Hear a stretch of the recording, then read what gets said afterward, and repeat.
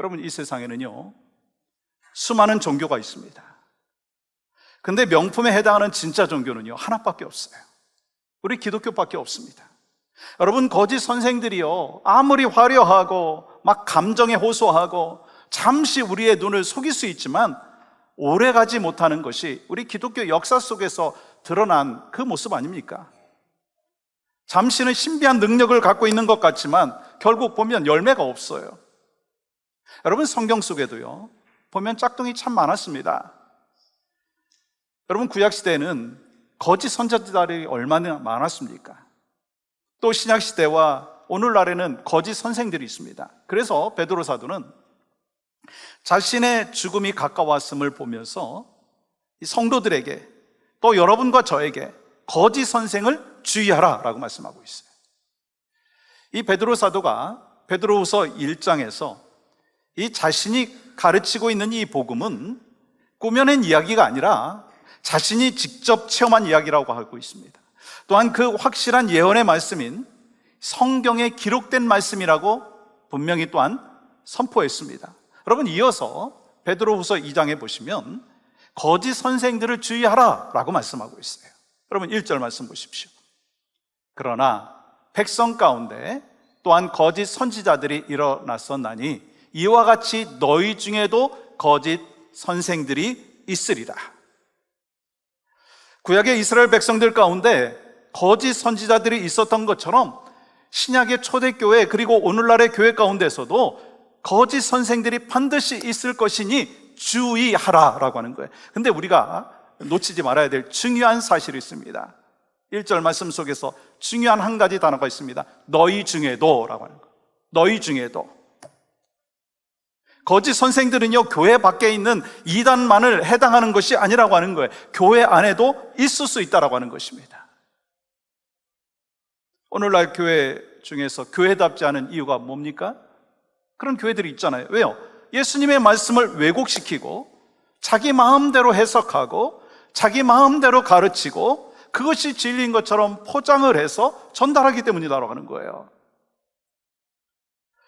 우리는 저 사람은 믿어도 되겠지, 저 목사님의 말씀은 100% 믿어도 되겠지라고 생각할 수 있지만 그 말씀 가운데 잘못된 진리가 선포될 수 있다라고 하는 것입니다.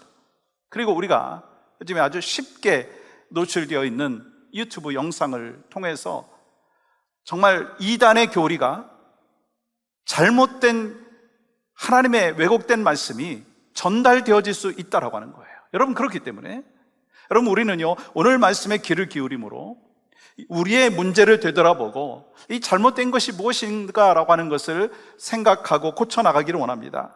그렇지 않으면 여러분, 나도 알지 못할 정도로 짝퉁이 내 안에 들어오고 또한 나를 또한 합리화시키고 또한 복음을 훼손시키는 어리석은 모습이 우리 가운데 있을 수 있다고 하는 것입니다. 그러므로 오늘 본문을 통해서 베드로 사도가 거짓 선지자들에 대하여 어떻게 하라라고 말씀하고 있는데, 거짓 선생에 대해서 어떻게 하라라고 말씀하고 있는데 영적인 레슨을 얻기를 원하는데요, 그 첫 번째는 뭐냐면 거짓 선생들을 경계하라. 거짓 선생들을 경계하라. 여러분, 베드로 사도는 오늘 본문을 시작하면서 이 거짓 선생들은 어떤 존재인가라고 하는 것을 이야기합니다. 여러분, 1절 하반절의 말씀에 보면 거짓 선생들은 영적인 타락으로 이끄는 자들이다라고 말씀하고 있어요. 보십시오. 그들은 멸망하게 할 이단을 가만히 끌어들여 자기들을 사신 주를 부인하고 임박한 멸망을 스스로 취하는 자들이라. 여러분, 거짓 선생들은 이 자신들이 만들어낸 거짓 가르침으로 성도들을 미혹하고 교회의 영적인 그 권위를 훼손시키고 이 성도들을 이용을 해가지고 자신의 탐욕을 일으킨다라고 하는 거예요. 그러나 여러분, 그것보다 더 심각한 것이 무엇이냐면 복음을 왜곡시킨다라고 하는 것입니다. 여러분, 복음의 중심이 누구입니까? 여러분, 복음의 중심이 누구입니까? 예수 그리스도 아닙니까? 복음의 중심이 예수님이기 때문에 예수님을 깊이 알고 또 예수님을 닮아가는 삶을 살아야 되는데, 내 자신이 중심이 되고 예수 믿으면 병 고침을 받고 예수 믿으면 이 만사 형통하는 것에만 집중을 해가지고 예수님을 복을 받는 수단으로 생각을 해가지고 기복신앙으로 변질되어지는 부분들이 있다라고 하는 것입니다. 그러다 보니까 이 진정한 신앙은 약해지고 무너지고, 그런데 교회는요, 뭐 물질적으로 양적으로 더 커지고 화려해지는 좀 아이러니한 현상들이 나타나고 있다고 하는 거예요. 여러분, 복음이라고 하는 것은요, 단순히 위로를 주는 것이 아닙니다. 복음은 능력입니다. 여러분, 복음은요, 이 땅을 어떻게 살아갈 것인가 라고 하는 것에 포커스가 아니라 이 땅을 하나님의 뜻에 합당하게 살아갈 뿐만 아니라 바로 또한 하나님 나라를 세워가는 가운데 천국의 소망을 갖고 살아가는 하나님의 백성의 삶이 무엇인가라고 하는 것을 가르쳐주고 있습니다. 근데 여러분, 거짓 선생들은요, 부드러운 말로 위로를 하지만 그들에게는 복음이 빠져 있다는 거예요. 여러분, 그렇다면 왜 하나님의 말씀을 왜곡시키는 거짓 선생들이 궁극적인 목적이 있는데 그게 뭐냐라고 하는 거예요. 여러분, 이단 사상을 슬그머니 들여와가지고 예수 그리스도의 십자가의 그 보혈, 십자가의 은혜를 부인하게 만들고 그로 말미암아 영원한 멸망의 길로 빠지게 만드는 것이 거짓 선생들의 목적이다라고 하는 것입니다. 여러분, 예를 들어서 신천지 아시죠? 여러분, 그들 나름대로 전략이 있더라고요. 일명 추수밭 전략이 있어요. 그래서 교회 다니는 사람들 중에서 한 사람 한 사람 모아가지고 성경을 가르친다라고 해가지고 성경을 또한 가르쳐 줍니다. 그러다가 신천지 그 교회로 인도한다는 거예요. 또한 한 가지 전략은 산 옮기기 전략입니다. 교회 내 가장 영향력 있는 리더십들, 목사나 장로나 이들에 대하여서 험담을 하고 거짓된 소문을 나타내고, 그러면서 목사와 장로들을 쫓겨내고 그 다음에 신천지 그 목사를 그 교회에 부임하게 합니다. 그래서 교회 전체가 산이 옮겨지듯이 통째로 신천지로 넘어가 버리게 되는 그런 일들이 실제로 한국에서도 일어나고 있다는 것입니다. 그렇다면 왜 거짓 선생들과 이단에 넘어가느냐는 거예요. 여러분, 그들 보면은요, 뭐가 있느냐면 열심이 있어요. 그리고 또한 이 도덕적으로 선한 것 같습니다. 그리고 사랑이 많은 것 같습니다. 그러니까 여러분, 그들의 겉모습만 보고 넘어가는 것이 아니라 예수 그리스도에 대해서 참된 것을 가르치고 있는가, 거짓된 가르침을 하고 있는가라고 하는 것을 분별할 수 있는 영의 눈이 있어야 된다고 하는 거예요. 여러분, 2절 말씀 보시면 이 거짓 선생들과 이단들은 영적인 타락뿐만 아니라 어떤 타락을 가져다 주느냐면 성적인 타락, 그리고 도덕적인 타락으로 성도들을 이끌어 간다는 거예요. 보십시오. 여럿이 그들의 호색하는 것을 따르리니 이로 말미암아 진리의 도가 비방을 받을 것이요. 호색이라고 하는 것이 뭡니까? 부도덕한 성적인 행동을 이야기하는 거예요. 방탕한 생활을 통해서 또한 그들을 유혹한다라고 하는 것입니다. 다시 오셔서 심판하실 예수님에 대하여 믿지 아니하고 하나님을 두려워하지 아니하면서 육체의 쾌락을 위해서 자기 마음대로 살아가는 것을 이야기합니다. 그런데 여러분, 사이비 종교뿐만 아니라 또한 가슴 아픈 것이 있다면 몇몇 기독교 교단에서 하나님의 창조의 질서를 무시하고 동성애를 받아들임으로써 교회가 하나님의 창조의 질서를 무너뜨리고 하나님의 이름에 먹칠을 하고 있다는 거예요. 결국 어떻게 됩니까? 교단이 분열되어지는 그 안타까운 현실들이 있습니다. 여러분, 이러한 모든 것들은요, 하나님의 말씀을 타협하고 왜곡시킨 거짓 선생들로 말미암아 시작되었다고 하는 거예요. 여러분, 그리고 이어지는 말씀을 보면 거짓 선생들, 즉 이단의 특징은 뭐냐면 영적인 타락과 성적인 타락, 도덕적인 타락 이어가지고 물질적인 타락으로 또한 유혹한다라고 하는 거예요. 3절 말씀 보십시오. 그들이 탐심으로써 지어낸 말을 가지고 너희로 이득을 삼으니, 탐심, 즉 이 물질적인 욕심을 채우기 위해서 지어낸 거짓 진리를 가지고 성도들을 통해 가지고 이익을 남기고 돈을 뜯어낸다라고 하는 거예요. 다시 말하면 종교를 빌미로 해갖고 자기의 그 욕심을 채우는 종교 사기꾼들을 이야기하는 것입니다. 예를 들어서 여러분, 면죄부 아시죠? 중세시대 로마 교황청은 죄를 사여주는 증서인 이 면죄부를 구입하면 누구든지 죄를 용서받을 수 있고 구원을 받을 수 있다라고 하는 그 주장을 하면서 면죄부 판매를 적극적으로 지지해 줬어요. 심지어는요, 이 지옥에 가 있는 영혼을 위해서 면죄부를 사게 되면 그 영혼이 그 죄를 사함받고 천국으로 직행한다라고 속여가지고 이 자녀들에게, 그 자손들에게 그 효심을 자극해가지고 돈을 끌어모았다라고 하는 거예요. 여러분, 이 사건은요, 이 구원이 무언가라고 하는 것을 왜곡시킨 거예요. 이 구원을 이 돈거래 대상으로 전락시켜버렸고, 사람들은요, 손쉽게 그리고 빠르게 구원받는다라고 하는 것에 현혹당하게 되었다는 거예요. 여러분, 지금도요, 하나님의 진리를 지키는 것보다 기복주의 신앙으로 물질적인 이익을 챙기는 데 더 관심을 쏟는 사람들이 있다고 하는 거예요. 여러분, 그렇다면 이렇게 영적인 타락, 도덕적인, 또 성적인, 또한 물질적인 타락을 이끌어내는 거짓 선생들의 마지막 결말이 뭐냐라고 하는 거예요. 여러분, 3절 하반절은 이렇게 기록합니다. 그들의 심판은 옛적부터 지체하지 아니하며 그들의 멸망은 잠들지 아니하느니라. 하나님의 단호한 심판과 멸망이 있을 것이라고 말씀하는 거예요. 그리고 하나님께서는요, 과거의 거짓 선생들과 이단들을 심판하셨듯이 현재와 미래에도 반드시 심판하실 것이다, 그 말씀을 하고 있는 것입니다.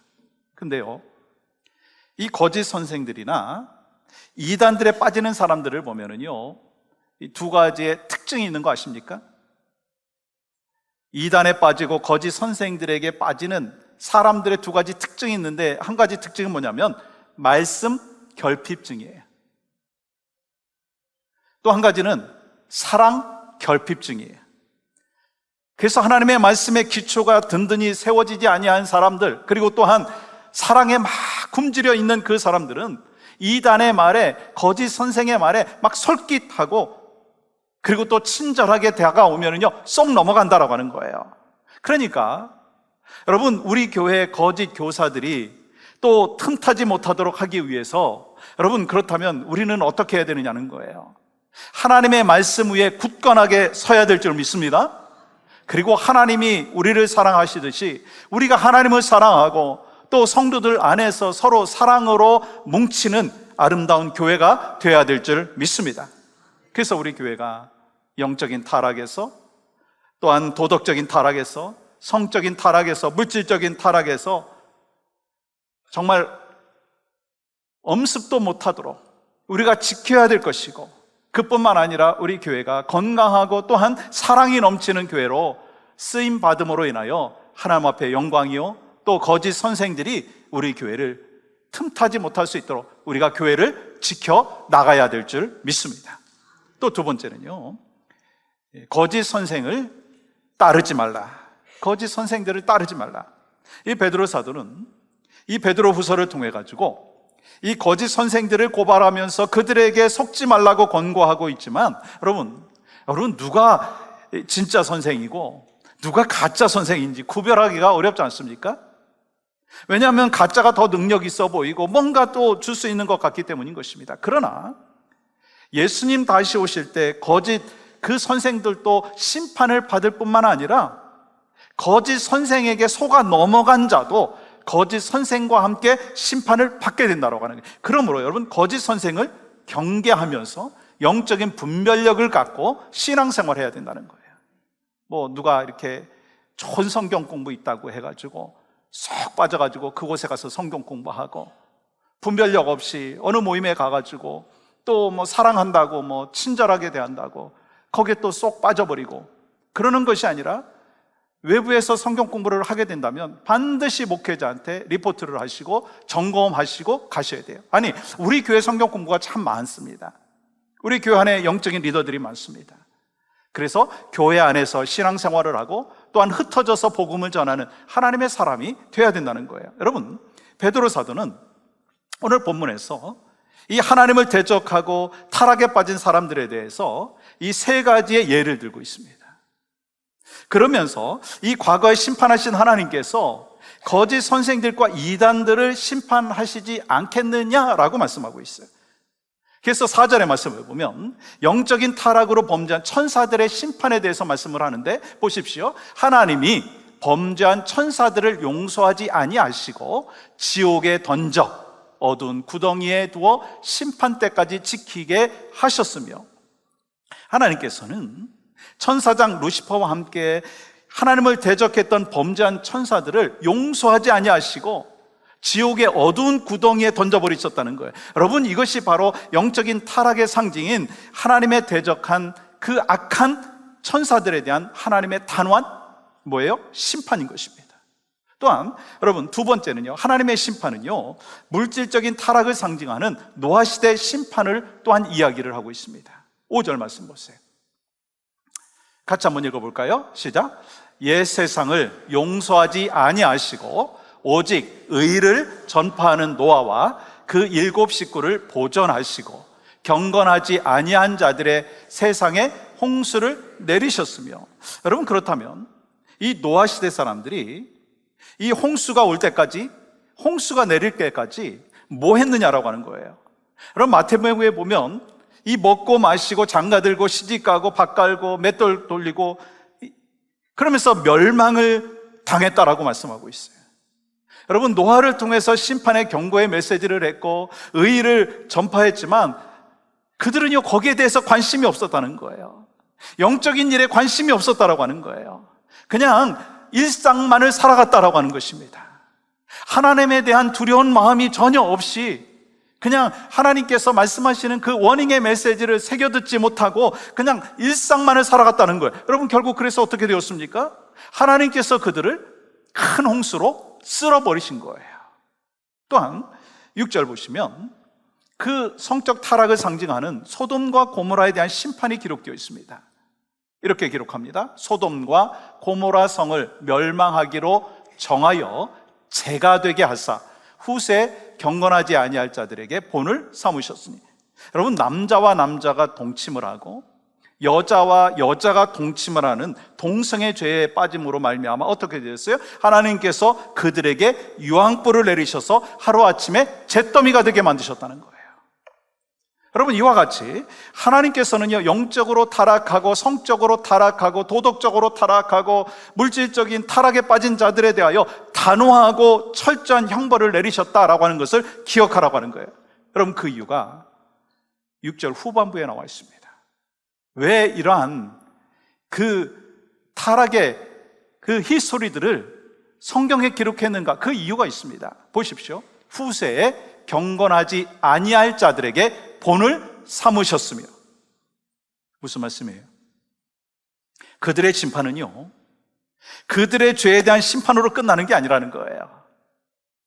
후세에 경건하지 아니할 자들에게 본을 보이기 위함이라고 하는 것입니다. 여러분, 오늘 본문 말씀을 통해서 범죄한 천사의 이야기, 노아의 홍수 심판의 이야기, 그리고 소돔과 고모라의 그 심판의 이야기를 왜 기록을 했느냐는 거예요.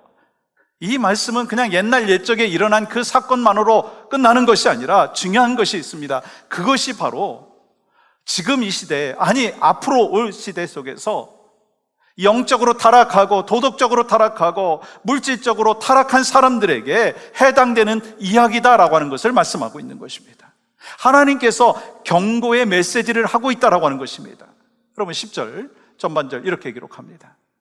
같이 읽겠습니다. 시작. 특별히 육체를 따라 더러운 정욕 가운데서 행하며 주관하는 일을 멸시하는 자들에게는 형벌을 할 줄 아시느니라. 여기서 주관하시는 이는 누구인가요? 온 우주 만물을 창조하시고 주관하시는 하나님을 의미하는 거예요. 하나님을 멸시하면서 육체의 정욕에 빠져 있는 사람들에게 하나님께서는 반드시 심판을 내리신다라고 하는 거예요. 근데 어떤 분들은 이런 이야기를 합니다. 이런 생각을 갖고 있어요. 내가 죄를 지어도 당장 나한테 나쁜 일이 일어나지 않던데요. 또 죄를 지어도 당장 나에게 그렇게 어려운 일이 당하지 않던거려. 하나님께서 우리를 그렇게 힘들게 하시겠어요? 라고 생각하는 사람들이 있습니다. 그렇지만 주님은 오늘 말씀을 통해서 지금 당장 눈앞에 안 보여서 심판이 없다고 하는 그 자들에게, 없는 것처럼 느끼고 있는 우리들에게 마지막 심판의 예표를 보여주셨다라고 하는 것입니다. 그러니까 오늘 이 말씀은요, 되게 무거운 말씀이고, 그리고 또한 우리가 이 말씀을 전하는 자나 받는 자가 좀 부담이 될 수 있어요. 그렇지만 중요한 거는요, 이 말씀이 옛날 이야기로 끝나는 게 아니라는 거예요. 성경의 그냥 스토리로 끝나는 게 아니라는 거예요. 앞으로 일어날 예표라고 하는 것입니다. 여러분 천사들이 범죄하였을 때는요, 그들이 회개할 기회를 주셨다라고 하는 말씀이 기록이 없어요. 곧바로 어떻게 했어요? 지옥의 구덩이에 쳐넣으셨다는 거예요. 근데 이 노아 때나 소돔과 고모라 때나, 그리고 우리가 죄를 지었을 때 하나님께서 단번에 심판하지 아니하시고 우리가 돌아오기까지 기다리신다라고 하는 거예요. 그러니까 오늘 이 메시지는 뭐냐면, 이 심판의 메시지가 아니고요, 구원에 관한 말씀을 하고 있는 것입니다. 우리는요, 하나님의 심판을 당할 그 사람들이었습니다. 거기 심판을 받아도 마땅한 사람이었습니다. 변명할 것이 없는 죄인들이었습니다. 그러나 하나님께서는 오직 은혜로 한없이 인내해 주셨다는 거예요. 여러분, 베드로 사도는요, 지금 고난 속에서 아픔을 호소하고 있는 독자들에게 심판 속에 있는 그 구원의 이야기를 지금 하고 계시다라고 하는 거예요. 그러면 여러분, 구원의 소망이 어디 있습니까? 여러분과 제가 살면서 참된 소망이 어디 있습니까? 여러분, 암울한 현실 속에 있는 것이 아니라 바로 그 현실 속에서 주님을 바라보는 자에게 소망이 있다라고 하는 것을 말씀하고 있는 것입니다. 여러분과 제가 지금 험난한 세상 속에서 지금 영적인 타락과 성적인 타락과 도덕적인 타락과 물질적인 타락이 계속되고 있는 이 세상 속에서 우리에게 소망이 무엇인가? 주님을 바라보고 주님 안에서 살아갈 때 하나님께서 반드시 우리를 건지신다라고 말씀하셨어요. 그러므로 우리 모두가 이 땅의 것에 너무 얽매이는 것이 아니라 하늘의 것을 소망하며 살아갈 수 있기를 주님의 이름으로 간절히 축복합니다. 살면 살수록 우리가 나그네 인생인 것을 여러분 아시지 않습니까? 인생이 길지 않다라고 하는 것 아시지 않습니까? 그렇다면 주님 앞에 갈 날이 가까이 왔다라고 하는 것 또한 아시지 않습니까? 그러면 우리가 이 땅의 소망이 아니라 우리 주님이 나의 소망이고, 주님이 나에게 참된 사명을 맡겨주셨는데 그 사명을 감당하기 위하여 오늘 또 내일 또 주 안에서 쓰임받는 복된 하나님의 백성들이 바로 여러분과 제가 되어야 될 줄 믿습니다. 또 한 가지는요, 의의를 전파하는 삶을 살라는 거예요. 의의를 전파하는 삶을 살라. 예수님께서 다시 오시는 재림의 때의 심판은요, 경건한 자와 불의한 자로 나누게 되어 있어요. 그러면 이 경건한 자와 불의한 자를 어떻게 하신다고 말씀하셨어요? 여러분 9절 말씀 볼까요? 같이 읽겠습니다. 시작. 주께서 경건한 자는 시험에서 건지실 줄 아시고 불의한 자는 형벌 아래에 두어 심판날까지 지키시며, 경건한 자는 시험에서 어떻게 하신다? 건지신다. 악한 자는 심판날에 계속해서 벌을 받게 하신다는 거예요. 다시 말해서 비록 우리가 죄에 물들어 있고 타락한 세상 속에 살고 있지만 하나님의 뜻에 합당한 경건한 삶을 살게 된다면 하나님께서 반드시 구원해 주신다라고 약속하고 있는 것입니다. 여러분, 롯이 소돔과 고모라 땅에서 어떻게 구원받았습니까? 여러분 7절과 8절 말씀 볼까요? 무법한 자들의 음란한 행실로 말미암아 고통당하는 의로운 롯을 건지셨으니 이는 이 의인이 그들 중에 거하여 날마다 저 불법한 행실을 보고 들으므로 그 의로운 심령이 상함이라. 롯은 아브라함보다 좋은 땅을 차지하겠다라고 하는 이기적인 마음을 갖고 있는 것으로 우리의 머릿속에 박혀져 있습니다. 그래서 소돔과 고모라라고 하는 이 세상을 선택한 인물로만 기억하고 있습니다. 그런데 오늘 이 말씀을 보니까 후에는 하나님께 돌아왔다라고 하는 것을 추측해 볼 수가 있어요. 그러니까 그는 아브라함을 통해서 복음을 듣고 믿었기 때문에 거듭난 사람이 되었다라고 하는 거예요. 그래서 그는 죄로 물든 이 소돔과 고모라 땅에 살면서 마음이 어떻겠어요? 편치가 않은 거예요. 소돔과 고모라에 있는 죄에 물들지 않았습니다. 롯은 남들이 뭐 그렇게 다 하니까 나도 그렇게 살아도 된다라고 하면서 죄와 타협하지 않았다라고 하는 것입니다. 여러분, 그렇기 때문에 하나님께서는요, 그를 구원해 주셨고 의로운 롯이다라고 말씀하셨어요. 그렇다면 이제 우리 이야기 했으면 좋겠어요. 여러분은 점점 타락해가고 있는 이 미국을 바라보면서, 이 다음 세대를 바라보면서 어떤 마음을 갖고 있느냐는 거예요. 아니, 그래도요, 유럽보다 낫잖아요. 캐나다보다 낫지 않습니까? 그러면서 죄에 대하여 안타까워하는 마음이 없고 오히려 현실에 점점 접어들고 그러면서 죄에 대해서 동화되고 있는가? 아니면 성경과 전혀 반대의 방향으로 향해서 달려가고 있는 이 세상을 바라보면서, 또 미국을 바라보면서, 또 우리 다음 세대를 바라보면서 안타까워하면서 울부짖고 있느냐라고 하는 것입니다. 우리 모두는 이 세상의 죄의 마음이 무뎌지는 것이 아니라, 이 세상의 그 죄된 모습에 동화되는 것이 아니라, 하나님, 내가 남은 자가 되어서 이 땅을 고치고 이 땅을 회복시키겠습니다. 우리 가정이라도, 우리 가문이라도, 우리 교회라도 복음 안에서 살고 온전한 복음 안에서 살아가는 그 역사를 나를 통해서 일으키기를 원합니다. 그러면서 우리가 정말 하나님께서 맡겨주신 그 사명들을 주님 앞에 가는 그날까지 감당해야 될 줄 믿습니다.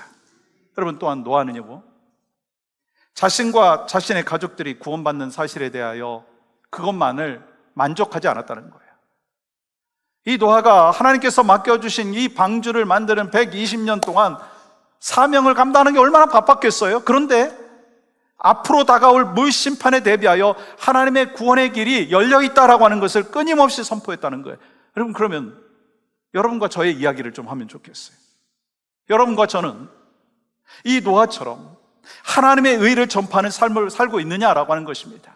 아니면 모든 사람들이 반대 방향을 향하여 가고 있을 때 혹시 내가 뭐 이상한 사람이라고 생각할까봐 두려워하는 마음으로 입 다물고 있지 않느냐라고 하는 것입니다.